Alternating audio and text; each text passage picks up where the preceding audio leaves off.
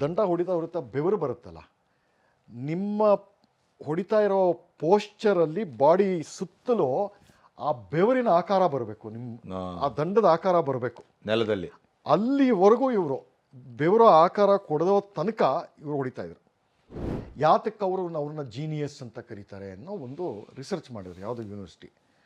ಅದರ ತಾತ್ಪರ್ಯ ಏನು ಅಂತಂದರೆ, ಇವರೆಲ್ಲ ಸತತವಾಗಿ ತಮ್ಮ ಜೀವನದಲ್ಲಿ 15,000 ಗಂಟೆ ಅಷ್ಟು ಹೊತ್ತು ಪ್ರಾಕ್ಟೀಸ್ ಮಾಡಿದರು ಅಂತ. ಅವ್ರು ನೋಡಿ, ನಂದು ರಿಟೈರ್ ಆಯಿತು, ನನ್ನ ನಿವೃತ್ತಿ ಆಯಿತು, ನನಗೆ ಶಕ್ತಿನೂ ಆಗ್ತಾ ಇಲ್ಲ ಈಗ ಪಾಠ ಹೇಳೋಕ್ಕೆ. ನೀವು ಪಾಠ ಹೇಳಬೇಡಿ, ಏನೂ ಮಾಡಬೇಡಿ, ನಿಮಗೆ ಒಂದು ಇಲ್ಲಿ ಪ್ರತ್ಯೇಕ ಒಂದು ಮನೆ ಇದೆ, ನೀವು ಅಲ್ಲೇ ಇರಿ, ನಿಮ್ಮ ಕೊನೆಗಾಲದವರೆಗೂ ಅಲ್ಲೇ ಇರಿ, ನಿಮ್ಗೆ ಏನೇನು ವ್ಯವಸ್ಥೆ ಬೇಕೋ ಎಲ್ಲ ನಾವೇ ಮಾಡಿಕೊಡ್ತೀವಿ. ಅನ್ಯಾಯ ಶ್ರವಣಕುಮಾರನ ದಶರಥ ಕೊಂದಿದ್ದಕ್ಕೆ ದಶರಥ ಅವನ ಮಗನ 14 ವರ್ಷ ಕಳ್ಕೊಳ್ಬೇಕಾಯ್ತು, ಅದು ಸತ್ತೇ ಹೋಗ್ತಾನೆ. ಮತ್ತೆ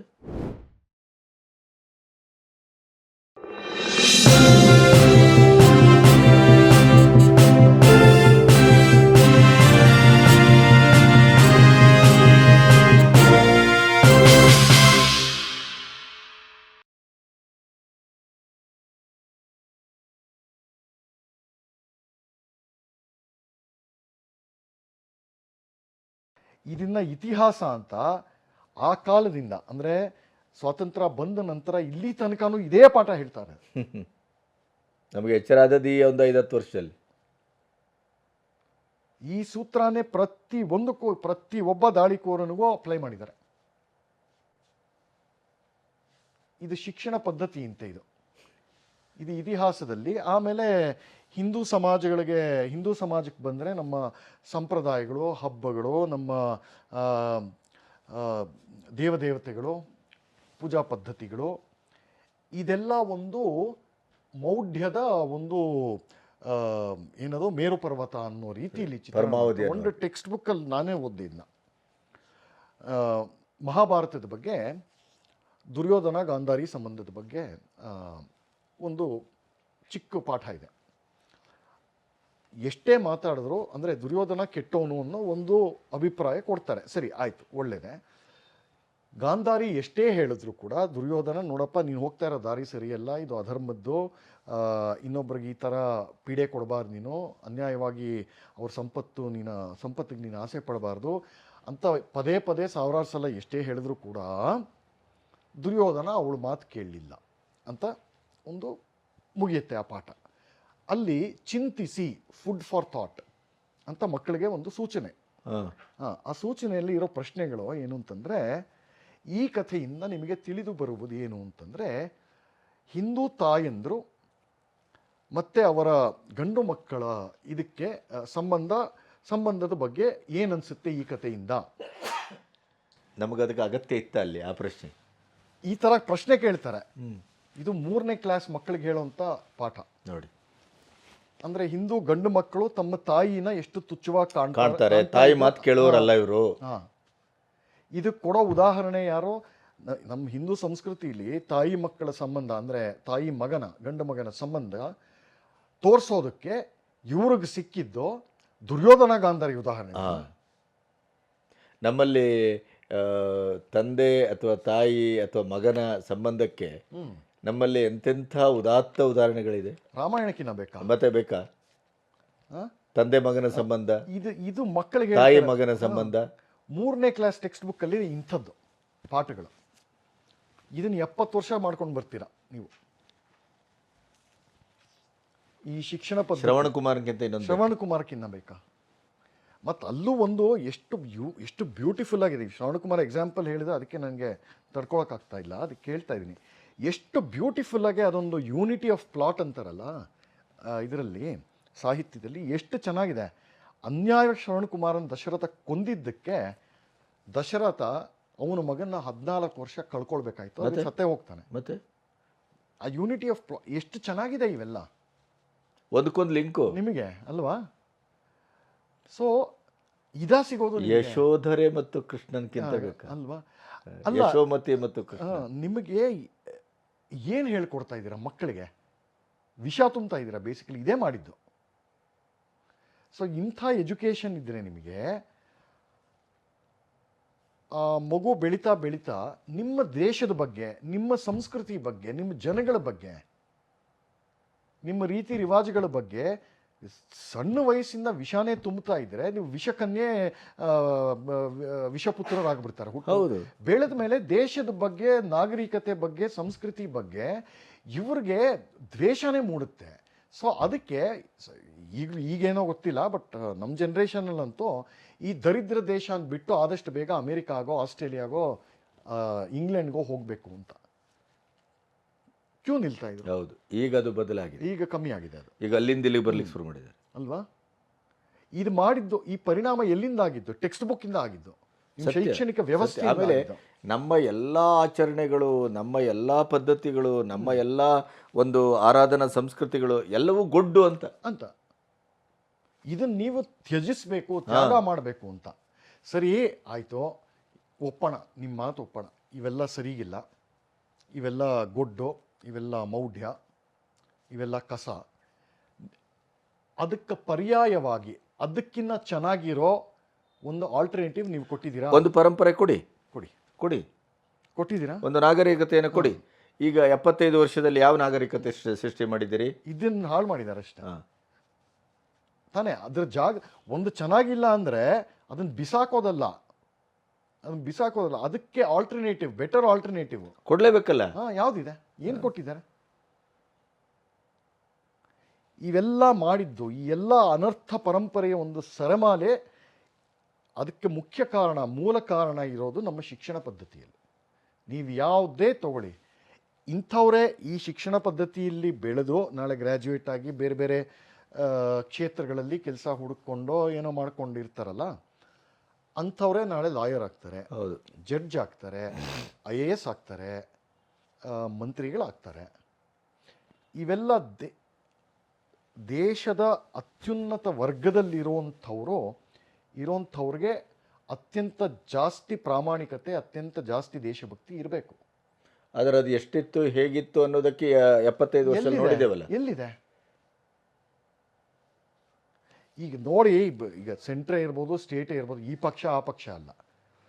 ಒಬ್ಬ ಮಂತ್ರಿ ಆಗಲಿ, ಒಬ್ಬ ರಾಜಕೀಯ ನಾಯಕರು ದಿನ ಬೆಳಗಾದ್ರೆ ಏನೇನೋ ಮಾತಾಡ್ತಿರ್ತಾರಲ್ಲ, ಒಂದು ಸೌಜನ್ಯದ ಮಾತು ಮಾತಾಡೋಕ್ಕಾಗತ್ತ? ಅವ್ರಿಗೆ ಅವ್ರ ಭಾಷೆ ಕೇಳಿದ್ರೆ ನಮಗೆ ಸರ್ ಈಗ ಹೌದು, ಈ ಮಾತಾಡ್ತಾ ಇರುವ ಹೊತ್ತಿನ ಘಟನೆಯನ್ನೇ ನೀವು ನೋಡುದಿದ್ರೆ, ತಮಿಳುನಾಡಲ್ಲಿ ಜನಗಣಮನವನ್ನ ಹೇಳಲಿಕ್ಕೆ ರಾಜ್ಯಪಾಲರು ಹೇಳಿದ್ರೆ ಅದನ್ನ ನಿರಾಕರಿಸಲಾಗ್ತದೆ.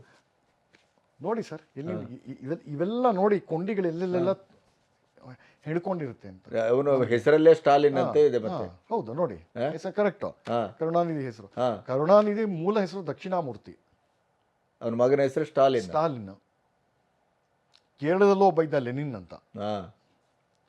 ಹಿಂಗೆ ಮಾರ್ಕ್ಸ್ ಅಂತೆಲ್ಲ ಇಟ್ಟಿದ್ರು ಹೆಸರಲ್ಲಿ ಕೇರಳದಲ್ಲಿ ಮಕ್ಕಳಿಗೆ. ಇದಾ ಶಿಕ್ಷಣ ಪದ್ಧತಿ ನಿಮಗೆ? ಆಮೇಲೆ ಆವಾಗಲೇ ಹೇಳಿದ್ನಲ್ಲ, ಈ ಬ್ರಿಟಿಷ್ ಕಾಲದಲ್ಲಿ ಸಂಸ್ಕೃತ ಪಾರಂಪರಿಕ ಗುರುಕುಲಗಳನ್ನೆಲ್ಲ ನಾಶ ಮಾಡಿದ್ರು ಅಂತ. ಸ್ವಾತಂತ್ರ್ಯ ಬಂದ ಮೇಲೆ ಆಲ್ಮೋಸ್ಟ್ ಬಂದೂಕ್ ಹಿಡ್ಕೊಂಡಂಗೆ ಆ ಕಾಲದಲ್ಲಿ ಇದ್ದಂತಹ ಎಲ್ಲ ಯೂನಿವರ್ಸಿಟಿಲಿ ಇದ್ದಿದ್ದ ಸಂಸ್ಕೃತ ಡಿಪಾರ್ಟ್ಮೆಂಟ್ಗಳಿಗೆ ಫಂಡಿಂಗ್ ಬೇಕಂತಲೇ ಕಡಿಮೆ ಮಾಡಿ ಹುಡುಕಿ ಅದನ್ನು ಬಂದ್ ಮಾಡಿ ಬೇಟೆ ಆಡಿದ್ದಾರೆ. ಹುಡುಕಿ ಅಂದ್ರೆ ಅವರ ಮೊದಲ ಶತ್ರುವೇ ಸಂಸ್ಕೃತ. ಹೌದು, ಅದು ಬ್ರಿಟಿಷರದ ಬುದ್ಧಿ ಬಿಟ್ಬಿಡಿ. ಬ್ರಿಟಿಷ್ ಅವ್ರು ಹಾಕೊಟ್ಟಿದ್ದ ಪರಂಪರೆನ ಇವರು ಯಾವುದೋ ಮಟ್ಟಕ್ಕೆ ತಗೊಂಡೋದ್ರು. ಅವ್ರಿಗೂ ಊಹೆ ಮಾಡ್ಕೊಳಕ್ ಆಗದೆ ಇರೋ ಮಟ್ಟಕ್ಕೆ ತಗೊಂಡು ಹೋಗಿದ್ದಾರೆ. ಅಂದ್ರೆ ಫಿನಿಶ್ ಮಾಡಿದ್ರು, ಎಲ್ಲ ಮುಗಿಸಾಕ್ಬಿಟ್ರು. ಒಂದು ಕಡೆಯಿಂದ ಗುಡಿಸ್ಕೊಂಡು ಬಂದರು. ಈ ರಾಜ್ಯ ಆ ರಾಜ್ಯ, ಈ ಯೂನಿವರ್ಸಿಟಿ ಆ ಯೂನಿವರ್ಸಿಟಿ ಅಲ್ಲ. ಒಂದು ಕಾಲದಲ್ಲಿ ದರ್ಭಾಂಗ, ಉತ್ತರ ಪ್ರದೇಶದ ಲಕ್ನೋ ಯೂನಿವರ್ಸಿಟಿ, ಅಲಹಾಬಾದ್ ಇವೆಲ್ಲ ದೊಡ್ಡ ಸಾಂಸ್ಕೃತಿಕ ಕೇಂದ್ರಗಳಾಗಿತ್ತು. ನಮ್ಮ ಭೈರಪ್ಪನವರು ಒಂದು ಕಡೆ ಬರೀತಾರೆ, ಅಲ್ಲಿ ಲಕ್ನೋ ಯೂನಿವರ್ಸಿಟಿನೋ ಯಾವುದೋ ಒಂದು ಯೂನಿವರ್ಸಿಟಿ ಹೆಸರು ಮರ್ತೋಗಿದೆ.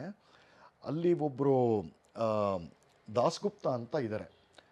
ಅವರು ಹಿಸ್ಟ್ರಿ ಆಫ್ ಇಂಡಿಯನ್ ಫಿಲಾಸಫಿ ಅಂತ ಉದ್ಗ್ರಂಥ 5 ವಾಲ್ಯೂಮಲ್ಲಿ ತಂದಿದ್ದಾರೆ. ಸಿಕ್ಕಾಪಟ್ಟೆ ಉದ್ದಾಮ ವಿದ್ವಾಂಸರು. ಅವರು ರಿಟೈರ್ ಆಗ್ತಾರೆ. ಆ ಯೂನಿವರ್ಸಿಟಿಯಿಂದನೇ ಅವರು ರಿಟೈರ್ ಆಗ್ತಾರೆ. ರಿಟೈರ್ ಆದಮೇಲೆ ನೀವು ಅಲ್ಲಿರೋ ಹಾಗಿಲ್ವಲ್ಲ, ಅಲ್ಲಿ ಕೊಟ್ಟಿರುವಂತಹ ಮನೆ ಅವೆಲ್ಲ ಬಿಡಬೇಕಾಗತ್ತೆ. ಆಯಿತು, ರಿಟೈರ್ ಆದಮೇಲೆ ಎಲ್ಲರಿಗೂ ನಮಸ್ಕಾರ ಹೇಳ್ಬಿಟ್ಟು ಹೊರಟಾಗ ಯೂನಿವರ್ಸಿಟಿ ಆ ಕಾಲದಲ್ಲಿದ್ದಂತಹ ಆಡಳಿತ ಸಂಸ್ಥೆ ಇತ್ತಲ್ಲ, ಆ ವರ್ಗ ಇವರನ್ನು ನಿಲ್ಲಿಸ್ಕೊಂಡು ನೋಡಿ ನಿಮ್ಮನ್ನು ನಾವು ಇಲ್ಲಿಂದ ಹೋಗೋಕ್ಕೆ ಬಿಡಲ್ಲ. ಅವ್ರು ನೋಡಿ ನಂದು ರಿಟೈರ್ ಆಯಿತು, ನನ್ನ ನಿವೃತ್ತಿ ಆಯಿತು, ನನಗೆ ಶಕ್ತಿನೂ ಆಗ್ತಾ ಇಲ್ಲ ಈಗ ಪಾಠ ಹೇಳೋಕ್ಕೆ. ನೀವು ಪಾಠ ಹೇಳಬೇಡಿ, ಏನೂ ಮಾಡಬೇಡಿ, ನಿಮಗೆ ಒಂದು ಇಲ್ಲಿ ಪ್ರತ್ಯೇಕ ಒಂದು ಮನೆ ಇದೆ, ನೀವು ಅಲ್ಲೇ ಇರಿ, ನಿಮ್ಮ ಕೊನೆಗಾಲದವರೆಗೂ ಅಲ್ಲೇ ಇರಿ, ನಿಮ್ಗೆ ಏನೇನು ವ್ಯವಸ್ಥೆ ಬೇಕೋ ಎಲ್ಲ ನಾವೇ ಮಾಡಿಕೊಡ್ತೀವಿ, ನೀವು ಕ್ಲಾಸ್ಗೂ ಹೋಗೋ ಅಗತ್ಯ ಇಲ್ಲ ಅಂತ. ಯಾಕೆ ಈ ಥರ ಹಠ ಹಿಡಿತೀರಾ ಅಂತ ಕೇಳಿದಾಗ ಅವ್ರು ಹೇಳ್ತಾರೆ, ನಿಮ್ಮಂಥ ಒಂದು ಮೇರು ಸದೃಶವಾದ ವಿದ್ವಾಂಸರ ಒಂದು ಉಪಸ್ಥಿತಿ ಈ ಕ್ಯಾಂಪಸ್ಸಲ್ಲಿದ್ದರೆ ಅದೇ ಎಷ್ಟೋ ಜನಕ್ಕೆ ಮಾರ್ಗದರ್ಶನ ಆಗುತ್ತೆ ಅಂತ. ಇಟ್ ಸೆಲ್ಫ್ ನೀವು ಇರುವುದೇ ಒಂದು ದೊಡ್ಡ ಸೌಭಾಗ್ಯ ಅಷ್ಟೇ. ಈ ಸಂಸ್ಕೃತಿ ಇತ್ತು. ಇವತ್ತಲ್ಲ, 70ರಲ್ಲೇ ಶುರು ಆಯಿತು ಇವೆಲ್ಲ, ಎಲ್ಲ ಅನಾಹುತಗಳು 70 ದಶಕದಲ್ಲೇ ಶುರು ಆಯಿತು. ಕಾಪಿ ಮಾಡೋದನ್ನ ಲೀಗಲೈಸ್ ಮಾಡಬೇಕು. ಜಯದೇವದ ಕೊಂಪೆಯನ್ನ ಅದನ್ನ ಇವತ್ತು ಒಂದು ಸ್ವರ್ಗ ಸದೃಶವಾಗಿ ಬಡವರ ಪಾಲಿಗೆ ಕಟ್ಟದಂತ ಇದೇ ಮಂಜುನಾಥ್ ಅವರು ಇನ್ನೂ 5-6 ವರ್ಷ ಅಧಿಕೃತವಾಗಿ ಆ ಹುದ್ದೆಯಲ್ಲಿ ಇರಬಹುದು. ಹೌದು. ಆದರೆ ಇವತ್ತಿನ ಸರ್ಕಾರ ಅವರನ್ನ ಕರೆದು ಅವಮಾನ ಮಾಡಿ ಅವರನ್ನ ಇವತ್ತು ತೆಗೆದು ಬಿಸಾಡಿದಾಗೆ ಮಾಡಿತ್ತಲ್ಲ. ಈ ತರ 1000 ಉದಾಹರಣೆ ಕೊಡ್ತೀನಿ ಗಣಪತಿಗೆ. ಅದಕ್ಕೆ ಹೇಳಿದ್ನಲ್ಲ, ಬ್ರಿಟಿಷ್ನವ್ರು ಮಾಡೋಕ್ಕಾಗದೇ ಇರೋಂಥ ಕೆಲಸ, ಮಾಡದೇ ಇದ್ದಂಥ ಕೆಲಸ ಅವ್ರು ಏನೇ ಮಾಡಿದ್ರು ಕೂಡ ಒಂದು ಎಲ್ಲೇ ತಮಗೆ ತಾವೇ ಹಾಕೊಳ್ತಾ ಇದ್ರು. ಒಂದು ಗೆರೆ ಇತ್ತದು, ಅದನ್ನ ನಾವು ಒಪ್ಲೇಬೇಕು. ನಮ್ಮ ಪ್ರಾಮಾಣಿಕರಾಗಿದ್ರೆ ನಾವು. ಸಪೋಸ್ ಅವರು ಅದು ಇಲ್ಲದೆ ಇದ್ರೆ ಈ ದೇಶವನ್ನ ಇನ್ನು ಅವರು ಆಳದಷ್ಟು 295 ವರ್ಷದಲ್ಲಿ ಅದು ಮುಗಿಸಾಗ್ತಾ ಇತ್ತು ಅಲ್ವಾ? ಆ ಯಾವ ಗೆರೆಗಳೇ ಇಲ್ಲ ಅನ್ನೋ ಮಟ್ಟಕ್ಕೆ ಇವರು ಮಾಡಿದ್ದಾರೆ ದಾಂಧಲೆ. ಈ ರಾಜ್ಯ, ಆ ರಾಜ್ಯ, ಈ ವಿಶ್ವವಿದ್ಯಾಲಯ, ಆ ಕಾಲೇಜು ಅಂತಲ್ಲ, ಎಲ್ಲನೂ ನುಂಗಿ ನೀರು ಕುಡ್ದಾಕ್ಬಿಟ್ಟು ಒಂದು ರೀತಿಯಲ್ಲಿ ಬುಲ್ಡೋಜರ್ ಬಾಬಾ ನಮ್ಮ ಯೋಗಿ ಆದಿತ್ಯನಾಥ್ ಅಲ್ಲ, ನಮ್ಮ ಶೈಕ್ಷಣಿಕ ಪರಂಪರೆಗೆ ಮಾಡಿದಂಥ ಬುಲ್ಡೋಸರು ಈ ನೆಹರು ಹಾಕಿದಂತಹ ಈ ಬುನಾದಿ, ಬುಲ್ಡೋಸರ್ ಬುನಾದಿ. ನಿಜವಾಗ್ಲೂ ಏನೋ ನಾಲೆಡ್ಜ್ ಫಾರ್ ನಾಲೆಡ್ಜ್ ಸೇಕ್ ಅಂತಾರಲ್ಲ, ಜ್ಞಾನಾರ್ಜನೆಗೋಸ್ಕರ ಮಾತ್ರ ವಿದ್ಯೆ, ಅದಕ್ಕೋಸ್ಕರನೇ ವಿದ್ಯೆ ಅಂತ. ಇನ್ನು ಬೇರೆ ದುಡ್ಡು ಬರುತ್ತೋ ಎಷ್ಟು ಬರುತ್ತೋ ಅದೆಲ್ಲ ಸೆಕೆಂಡ್ರಿ. ಜ್ಞಾನ ಪಿಪಾಸೆ ಅಂತ ಒಂದು ಇತ್ತು ನಮ್ಮಲ್ಲಿ, ಅಂಥವ್ರು ಇದ್ದರು. ನಿಮಗೆ 140 ಕೋಟಿ ದೇಶದಲ್ಲಿ ನಿಮಗೆ ಒಂದು 1400 ಜನ ಜ್ಞಾನ ಪಿಪಾಸಿಗಳು ಸಿಗ್ತಾರೋ ಇಲ್ವೋ ಅನ್ನೋ ಸಂದೇಹ. ನಾನು ತುಂಬಾ ನೆಗೆಟಿವ್ ಆಗಿ ಮಾತಾಡ್ತಾ ಇದ್ದೀನಿ, ಅಂತ ಅಭೀಕ್ಷೆ ಇಲ್ಲ, ಅಂತ ಅಭೀಕ್ಷೆ ಇಲ್ಲ. ಅದೇ, ಸೊ ಹೊಟ್ಟೆ ಉರಿದೋಗುತ್ತೆ ಇವೆಲ್ಲ ನೋಡಿದ್ರೆ.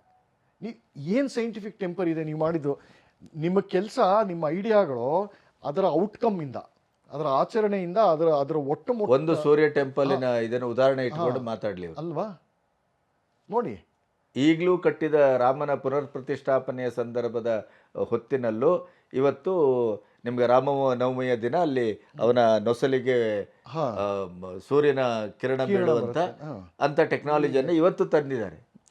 ಇದು ನೋಡಿ, ಆ ವಿದ್ಯಾ ವೈಭವ ಅಲ್ಲರಿ. ಭಾರತ ಇಡೀ ಪ್ರಪಂಚದ ಜ್ಞಾನದ ತವರೂರು, ಜ್ಞಾನದ ಕೇಂದ್ರ. ಅಲ್ಲಿ ಸ್ವಾತಂತ್ರ್ಯ ಬಂದ ಮೇಲೆ ಆಗಿದೆಯಲ್ರಿ ಇದು ವಿದ್ಯಾನಾಶ, ಜ್ಞಾನ ಅಲ್ಲ ಸರ್. ಈಗ ಸ್ವಾತಂತ್ರ್ಯ ಬಂದ ಮೇಲೆ ನಮ್ಮ ಆರ್ಯಭಟ ಇರ್ಬೋದು, ಇನ್ನೊಬ್ರು ಇರ್ಬೋದು, ಎಲ್ಲವೂ ನಮ್ಮ ಖಗೋಳ ಅಥವಾ ಇತ್ಯಾದಿ ಎಲ್ಲದರ ಜ್ಞಾನದ ನಿಧಿಗಳಿದ್ವಲ್ಲ, ಸಾವಿರ ವರ್ಷಗಳಿಂದನೇ ಇವರು ಎಲ್ಲ ಈ ಮರಿ ನ್ಯೂಟನ್ಗಳೆಲ್ಲ ಬರುವ ಮೊದಲು ಅವ್ರನ್ನೆಲ್ಲ ಮುಗಿಸೇ ಬಿಟ್ರಲ್ಲ ಇವರು. ಈಗ ಸ್ವತಂತ್ರ ಭಾರತದಲ್ಲಿ ಅವರು ನಮ್ಮ ಪ್ರಥಮ ಪಾದದಲ್ಲಿ ನಿಲ್ಬೇಕಿತ್ತಲ್ಲ, ನಮ್ಮ ಶಿಕ್ಷಣದಲ್ಲಿ ನಿಲ್ಬೇಕಿತ್ತಲ್ಲ, ನಾವೆಲ್ಲ ಓದ್ಬೇಕಿತ್ತಲ್ಲ. ಅದನ್ನ ನೋಡಿದ್ರ ಎಲ್ಲಿ ಓದಿದ್ದೇವೆ ನಾವು? ನೀವೇ ಹೇಳ್ತಾ ಇದ್ದೀರಲ್ಲ. ನಾವು ಈಗ ತಿಳ್ಕೊಳ್ತಾ ಇದ್ದೇವೆ. ಯಾಕಂದ್ರೆ ನಮ್ಮ ಮಧ್ಯ ವಯಸ್ಸಾದ್ಮೇಲೆ ನಮ್ಮ ಶಿಕ್ಷಣ ಪದ್ಧತಿಯಲ್ಲಿ ನಮಗೆ ಯಾವುದೂ ಗೊತ್ತೇ ಇಲ್ಲ. 0 ಕೊಟ್ಟವ್ರು ನಾವು ಅಂತ ಹೇಳಿದವರು. ಹೌದು, ಇವರು 0 ಮಾತ್ರ ಇಟ್ಕೊಂಡ್ರು. ಹೌದು, 0 ಮಾಡಾಕ್ಬಿಟ್ರು. ವ್ಯಾಲ್ಯೂಲೆಸ್ 0ಗೆ ಅದು ಎಷ್ಟು ಮಹತ್ವದ್ದು ಮ್ಯಾಥ್ಸ್ ಅಲ್ಲಿ ಅಂತಾರೋ, ಇನ್ನೊಂದು ಅರ್ಥದಲ್ಲಿ 0 ಅಂದ್ರೆ ಶೂನ್ಯ ಅಂತ. ಹೌದು, 0. ಹೌದು, ಬೌದ್ಧಿಕ ಶೂನ್ಯತೆ, ಜ್ಞಾನದ ಶೂನ್ಯತೆ. ಗುಣಾಂತರ ಮಾಡಿದ್ರೆ ಇವತ್ತಿಗೂ ಮಾಡ್ತಿದಾರಲ್ಲ ಅದನ್ನ. ಆಮೇಲೆ ನಮ್ಮ ಇಡೀ ನೆನಪಿನ ಒಂದು ದೊಡ್ಡ ಸಂಸ್ಕೃತಿ ಇತ್ತಲ್ಲ ನಮ್ಮಲ್ಲಿ, ಸ್ಮೃತಿ, ಹೌದು. ಅದನ್ನು ಸಂಪೂರ್ಣ ನಾಶ ಮಾಡಿದ್ರೆ. ಹಾಗೆ ಹೇಳೋಕ್ಕಾಗಲ್ಲ. ಅಂದರೆ ಒಂದು ವಿದ್ಯೆ, ಶಿಕ್ಷಣ, ಜ್ಞಾನ ಪರಂಪರೆ ಅಂತಿದೆಯಲ್ಲ, ಅದರ ಬೇರೆ ಬೇರೆ ವಿಭಾಗಗಳು. ಅಲ್ಲ, ನಾನು ಯಾವ ಅರ್ಥದಲ್ಲಿ ಹೇಳಿದೆ ಅಂದರೆ, ಈಗ ಉದಾಹರಣೆಗೆ ನಮಗೆ ಈ ಮಗ್ಗಿ ಇರ್ಬೋದು, ಲೆಕ್ಕ, ಈ ಜಂತ್ರಿ ಲೆಕ್ಕ ಅಲ್ಲ ಅಂತ, ಹೌದು, ಜಂತ್ರಿ ಲೆಕ್ಕ. ಕೂಡಿಸು ಬಾಗಿಸು ಗುಣಿಸು ಕೂಡಿಸು ಬಾಗಿಸು, ಹೌದು. ಈ ಥರದ್ದೆಲ್ಲ ನಾನು 7ನೇ ಕ್ಲಾಸಲ್ಲಿ ಇದ್ದಾಗ ಬಾಯಲ್ಲಿ ಹೇಳ್ತಿದ್ದೆ ಅಂತ. ಹೌದು. ಈಗ ನನಗೆ ಬರ್ತೋಗಿದೆ ಒಂದು. ಆದರೆ ನಮ್ಮ ಮಕ್ಕಳಿಗೆ ಕ್ಯಾಲ್ಕುಲೇಟರ್ ಕೊಟ್ರಲ್ಲ ಇವರು. ಹೌದು. ನಮ್ಮ ಇಲ್ಲಿದ್ದನ್ನು ಸಂಪೂರ್ಣ ವಾಶ್ ಮಾಡಿದ್ರಲ್ಲ, ಎಲ್ಲಿದೆ ಅವ್ರಿಗೆ ನೆನಪಿನದು? 20ರವರೆಗೆ ಮಗ್ಗಿ ಹೇಳಲಿಕ್ಕೆ ಹೇಳಿ. ಆಗಲ್ಲ. ಅಲ್ಲ, 20ರವರೆಗಲ್ಲ, ನಮ್ಮ ತಂದೆ ತಾತನ ಕಾಲದಲ್ಲಿ ಅನಿಸುತ್ತೆ 100ವರೆಗೆ ಮಗ್ಗಿ ಹೇಳ್ತಾ ಇದ್ರು. ಆಮೇಲೆ ನಾವು ಹಿಂದ್ಗಡೆಯಿಂದ ಹೇಳ್ತಿದ್ವಲ್ಲ, ಹಿಂದ್ಗಡೆಯಿಂದ ಹೇಳ್ತಾ ಇದ್ರು. ಹೌದು, ಹೌದು. 2 1 2 2 2 4 2 3 6 ಅಲ್ಲ, ಕೆಳಗಿಂದ 2 10 20, 2 9 18. ಹೌದು. ಅದೆಲ್ಲ ಹೋಗಿದೆ. ಅಂದೆ ಆ ನಮ್ಮ ಸ್ಮೃತಿ ಸಂಸ್ಕೃತಿಯ ಒಂದು ದೊಡ್ಡ ನಿಧಿ ಇತ್ತಲ್ಲ. ಅಲ್ಲ, ನಮ್ಮ ಬೇಸಿಕ್ ಏನು ಅಂತಂದರೆ, ನಮ್ಮ ಹಳೆ ಕಾಲದ ಶಿಕ್ಷಣ ಪದ್ಧತಿ ಒಂದು ಗಟ್ಟಿತನ. ಸೊ ಆರಂಭ ಕಾಲದಿಂದ ಭಾಳ ಸಣ್ಣ ವಯಸ್ಸಿಂದನೇ ಒಂದು ಗಟ್ಟಿತನ ಬೆಳೆಸುತ್ತೆ. ಮತ್ತದು ಪರಾವಲಂಬನೆಯನ್ನೇ ಬೆಳೆಸ್ತಾ ಇರಲಿಲ್ಲ. ಫೌಂಡೇಶನ್ನು ತುಂಬ ಗಟ್ಟಿಗಿರುತ್ತೆ. ಅದಕ್ಕೆ ನಮಗೆ ಕಾಗುಣಿತ ಆಗಲಿ, ಮಗ್ಗಿ ಆಗಲಿ, ಇವೆಲ್ಲ ಸೂತ್ರಗಳನ್ನು ಚೆನ್ನಾಗಿ ಬಟ್ಟಿ ಹೊಡೆದು ಹೊಡೆದು ಹೊಡೆದು ಹೊಡೆದು ಏನಾಗುತ್ತೆ, ನಿಮಗೆ ಸಾಯೋವರೆಗೂ ಮರೆಯೋದಿಲ್ಲ. ಮತ್ತೆ ಮನಸ್ಸಿನ ಮೂಲಕ ಆಮೇಲೆ ಅದರ ಅಪ್ಲಿಕೇಶನ್ ಇರುತ್ತಲ್ಲ, ವಯಸ್ಸಾಗ್ತಾ ಆಗ್ತಾ ನಿಮಗೆ ಲಾಜಿಕ್ ಅನ್ನೋ ಯಾವುದೋ ತರ್ಕಶಕ್ತಿ ಬೆಳೀತಾ ಹೋಗುತ್ತೆ. ತಾಕತ್ತದು. ಸೊ ನಿಮಗೆ ಈ ಫೌಂಡೇಶನ್ ಇದ್ದರೆ ನಿಮಗೆ ತರ್ಕಕ್ಕೆ ಅದಾಗದೆ ದಾರಿ ತೋರಿಸ್ಕೊಂಡು ಹೋಗುತ್ತೆ ಒಂಥರ. ಇವೆಲ್ಲ ಅದೇ ನಮ್ಮಲ್ಲಿ ಗಟ್ಟಿತನ ಅಂತಿದೆಯಲ್ಲ. ಯಾವುದೇ ಫೀಲ್ಡ್ ನೋಡಿ, ಕೆಲವು ಪ್ರಾಥಮಿಕ ಸೂತ್ರಗಳು ಅಂತಿರುತ್ತೆ. ಉದಾಹರಣೆಗೆ, ಇದು ನೀವು ರೆಗ್ಯುಲರು ಮಗ್ಗಿ ಆಗಲಿ, ಕಾಗುಣಿತ ಆಗಲಿ, ಆಮೇಲೆ ಲಕಾರಗಳು, ವಿಭಕ್ತಿಗಳು, ಇವೆಲ್ಲ ಆಗಲಿ, ಇದನ್ನು ನೀವು ಸಂಗೀತದಲ್ಲಿ ತಗೊಳ್ಳಿ. ಸಂಗೀತದಲ್ಲಿ ನಿಮ್ಮ ಬಾಲಪಾಠದಿಂದ ಹಿಡಿದು ವರ್ಣದ ತನಕ ಬರೀ ರಿಪಿಟೇಷನ್. ನಿಮ್ಮ ಮನಸ್ಸಲ್ಲಿ ನಿಮ್ಗೆ ಕೂತ್ಕೊಂಡ್ಬಿಡ್ಬೇಕು, ಆತ್ಮಸತ್ತಾಗ್ಬಿಡ್ಬೇಕು ಅದು ಪೂರ್ತಿ. ಇನ್ನು ಮಿಕ್ಕಿದೆಲ್ಲ ಆಮೇಲೆ ಸಂಗೀತ ಅಂದರೆ ನೀವು ಕರೆಕ್ಟಾಗಿ ನಮ್ಮ ಶಾಸ್ತ್ರೀಯ ಸಂಗೀತದಲ್ಲಿ ಕಲ್ಪನೆಗೆ ಬಹಳ ಒಂದು ದೊಡ್ಡ ಪ್ರಾಶಸ್ತ್ಯ ಇದೆ. ನಿಮಗೆ ಕಲ್ಪನೆ ವಿಕಾಸ ಆಗಬೇಕು ಅಂತಂದರೆ ಇದೆಲ್ಲ ರಾ ಮೆಟೀರಿಯಲ್ಲು ನಿಮಗೆ ಹೃದ್ಗತ ಆಗಿರಬೇಕು. ಮತ್ತೆ ಅದನ್ನೆಲ್ಲ ನಿಮಗೊಂದಿಷ್ಟು ಕೊಟ್ಬಿಡ್ತಾರೆ ಅವರು, ಅದರ ಮೇಲೆ ನೀರು ಕಟ್ಟು ಮಾಡ್ಕೊಂಡು. ಎಕ್ಸಾಕ್ಟ್ಲಿ, ನಿನ್ನ ಬುದ್ಧಿವಂತಿಕೆ ತುಂಬ ಇದನ್ನು ಮೊನ್ನೆ ಯಾರೋ ಒಂದು 15 ವರ್ಷದ ಕೆಳಗೆ ಒಂದು ರಿಸರ್ಚ್ ಪೇಪರ್ ನೋಡ್ತಾ ಇದ್ದೆ. ದೊಡ್ಡ ಕಲಾವಿದರು ಆಗಲಿ, ಪೇಂಟರ್ಗಳಾಗಲಿ, ಇಂಥವರಾಗಲಿ, ಯಾತಕ್ಕೆ ಅವ್ರನ್ನ ಜೀನಿಯಸ್ ಅಂತ ಕರೀತಾರೆ ಅನ್ನೋ ಒಂದು ರಿಸರ್ಚ್ ಮಾಡಿದ್ರು ಯಾವುದೋ ಯೂನಿವರ್ಸಿಟಿ. ಅದರ ತಾತ್ಪರ್ಯ ಏನು ಅಂತಂದರೆ, ಇವರೆಲ್ಲ ಸತತವಾಗಿ ತಮ್ಮ ಜೀವನದಲ್ಲಿ 15,000 ಗಂಟೆ ಅಷ್ಟು ಹೊತ್ತು ಪ್ರಾಕ್ಟೀಸ್ ಮಾಡಿದ್ರು ಅಂತ. ಅದೇ ತಾನೇ ನಮ್ಮದು. ಸೊ 12 ವರ್ಷದ ಗುರುಕುಲ ವಾಸ ಆಗಲಿ, ಅಥವಾ 8 ವರ್ಷದ ನಿರಂತರ ಸಂಗೀತಾಭ್ಯಾಸ ಆಗಲಿ, ಯಾವುದೇ ತಗೊಳ್ಳಿ, 15,000 ಗಂಟೆ ಬರುತ್ತೆ, ಅಲ್ಲಿಗೆ ಲೆಕ್ಕ ಸರಿ ಹೋಗುತ್ತೆ. ಅದ್ರ ಮೇಲೂ ಭೀಮಸೇನ್ ಜೋಶಿ ಅಂತವರು ಅದು ಬಿಡ್ರಿ, ಇಳಿ ವಯಸ್ಸಲ್ಲೂ ರಿಯಾಜ್ ಮಾಡ್ತಾರೆ. ಅದು ಬಿಡ್ರಿ, ಇದೆಲ್ಲ ಬಿಟ್ಬಿಡಿ, ಕಲಿಕೆ ಇವೆಲ್ಲ ಬಿಡಿ. ಕುಸ್ತಿ ತಗೊಳ್ಳಿ, ನಮ್ಮ ವ್ಯಾಯಾಮ ಪದ್ಧತಿ ತಗೊಳ್ಳಿ, ಅದರಲ್ಲೂ ರಿಪಿಟೇಷನ್ನು. ಒಂದು 60ರ ದಶಕದಲ್ಲೋ 50ರ ದಶಕದಲ್ಲೋ ಎಲ್ಲೋ ಓದಿದೆ ನಾನು. ಆ ಕಾಲದಲ್ಲಿ ಯಾವ ಥರ ಮಾಡ್ತಾಯಿದ್ರು ಹಳ್ಳಿಗಳಲ್ಲಿ. ಆಂಧ್ರದಲ್ಲಿ ಪೂರ್ವ ಮತ್ತು ಪಶ್ಚಿಮ ಗೋದಾವರಿ ಡಿಸ್ಟ್ರಿಕ್ಟ್ ಇದೆಯಲ್ಲ, ಜಿಲ್ಲೆ, ಅಲ್ಲಿ ಹಳ್ಳಿಗಳಲ್ಲಿ ವ್ಯಾಯಾಮ ಪದ್ಧತಿ ಯಾವ ಥರ ಅಂತಂದರೆ, ಇದು ಇವತ್ತಿಗೂ ಇರುವಂತಹ ಗರಡಿ ಮನೆಯಲ್ಲಿ, ಬಟ್ ಇದು ಭಾಳ ಸ್ವಾರಸ್ಯಕರವಾಗಿದೆ, ಅದಕ್ಕೆ ಹೇಳ್ತಾ ಇದ್ದೀನಿ. ದಂಡ ಹೊಡಿತಾ ಇದ್ರಲ್ಲ, ಏನು ಪುಷಪ್ಸು, ಹೌದು.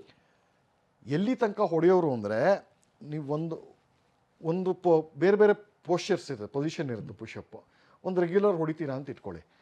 ಎಲ್ಲಿ ತನಕ ಅವ್ರು ನಿಲ್ಲಿಸ್ತಾ ಇರಲಿಲ್ಲ ಅಂದರೆ, ದಂಡ ಹೊಡಿತಾ ಬೆವರು ಬರುತ್ತಲ್ಲ, ನಿಮ್ಮ ಹೊಡಿತಾ ಇರೋ ಪೋಶ್ಚರಲ್ಲಿ ಬಾಡಿ ಸುತ್ತಲೂ ಆ ಬೆವರಿನ ಆಕಾರ ಬರಬೇಕು, ಆ ದಂಡದ ಆಕಾರ ಬರಬೇಕು ನೆಲದಲ್ಲಿ. ಅಲ್ಲಿವರೆಗೂ ಇವರು ಬೆವರ ಆಕಾರ ಕೊಡೋ ತನಕ ಇವರು ಹೊಡಿತಾ ಇದ್ರು. ಕೆಲವ್ರಿಗೆ 100ಕ್ಕೆ ಬೆವರು ಬರ್ಬೋದು, 100 ಪುಷಪ್ಸ್ಗೆ ಬರ್ಬೋದು, ಕೆಲವ್ರಿಗೆ 1000ಕ್ಕೆ ಬರ್ಬೋದು. ಬಟ್ ಆ ಶೇಪ್ ಬರೋವರೆಗೂ ಹೊಡೆಯೋರು, ರಿಪಿಟೇಷನ್. ಕರೆಕ್ಟ್. ನೀವು ಈ ಥರ ಪುಷಪ್ಗಳು ಹೊಡ್ಕೊಂಡು ಒಂದು 10-12 ವರ್ಷ ಹೊಡೀರಿ, ಯಾವ ತಾಕತ್ತಿರುತ್ತೆ ನಿಮಗೆ ಶರೀರದಲ್ಲಿ. ಸೊ ಇದೆಲ್ಲ ಇತ್ತು ನಮ್ಮಲ್ಲಿ, ಒಂದಕ್ಕೊಂದು ಅವಾಗಲೇ ಹೇಳಿದ್ನಲ್ಲ, ಇದೆಲ್ಲ ಹೆಣ್ಕೊಂಡಿರುತ್ತೆ ಇಂಥದ್ದೆಲ್ಲ. ಇದನ್ನು ಒಂದು ಕಡೆಯಿಂದ ಕೀಳ್ತಾ ಹೋದರೆ ಒಂದು ಒಳ್ಳೆ ಬಟ್ಟೆನ ಒಂದು ಅಯ್ಯೋ ಒಂದೇ ದಾರ ಅಲ್ವಾ, ಸಂಸ್ಕೃತ ಒಂದೇ ದಾರ ಕಿತ್ತು ಬಿಸಾಕೋಣ, ಅದರಿಂದ ಬಟ್ಟೆಗೆ ಏನಾಗಲ್ಲ. ಅವಾಗ ಅದಕ್ಕೆ ಅಂಟ್ಕೊಂಡಿರುವಂಥ ಇನ್ನೊಂದು ದಾರ ಇರುತ್ತೆ, ಹೌದು, ಅದು ಸಡಿಲ್ಗೊಳ್ತದೆ, ಅದು ಹೋಗುತ್ತೆ. ಇದು ಈ ನಮ್ಮ ಶೈಕ್ಷಣಿಕ ನಾಶ ಆಯ್ತಲ್ಲ ಭಾರತದಲ್ಲಿ ಸ್ವಾತಂತ್ರ್ಯ ಬಂದ ನಂತರ, ಅದರ ಒಂದು ಸತ್ಯನಿಷ್ಠವಾದ ಮತ್ತು ಕರಾಳವಾದ ಭೀಕರವಾದ ಚಿತ್ರಣ ನಿಮಗೆ ಬೇಕು ಅಂತಂದರೆ ಭೈರಪ್ಪನವರ ತಂತು ಕಾದಂಬರಿ ಓದಿ. ಹೌದು, ಓದಿ. ಹೊಟ್ಟೆ ಉರಿಯುತ್ತೆ. ಹೌದು. ಮತ್ತೆ ಎಲ್ಲಿ ಹೋಗುತ್ತೆ ಇವೆಲ್ಲ? ಅಲ್ಲಿಗೆ ನವಾಬ್ ನೆಹರು, ಮೌಲಾನಾ ಆಜಾದು, ಮುಂದೆ ಬಂದಂತಹ ಇವರು. ಅದರ ನಡುವಿನಲ್ಲಿ ಬಂದಿದ್ದು ಇದಕ್ಕೆ ಇನ್ನೊಂದು ದೊಡ್ಡ ಕೊಡ್ಲಿಪೆಟ್ಟು ಕೊಟ್ಟವ್ರು ಯಾರು ಅಂತಂದರೆ 60ರ ದಶಕದಲ್ಲಿ ಕ್ರಮೇಣ ಪ್ರಬಲಗೊಳ್ತಾ ಬಂದಂತಹ ಕಮ್ಯುನಿಸ್ಟರು.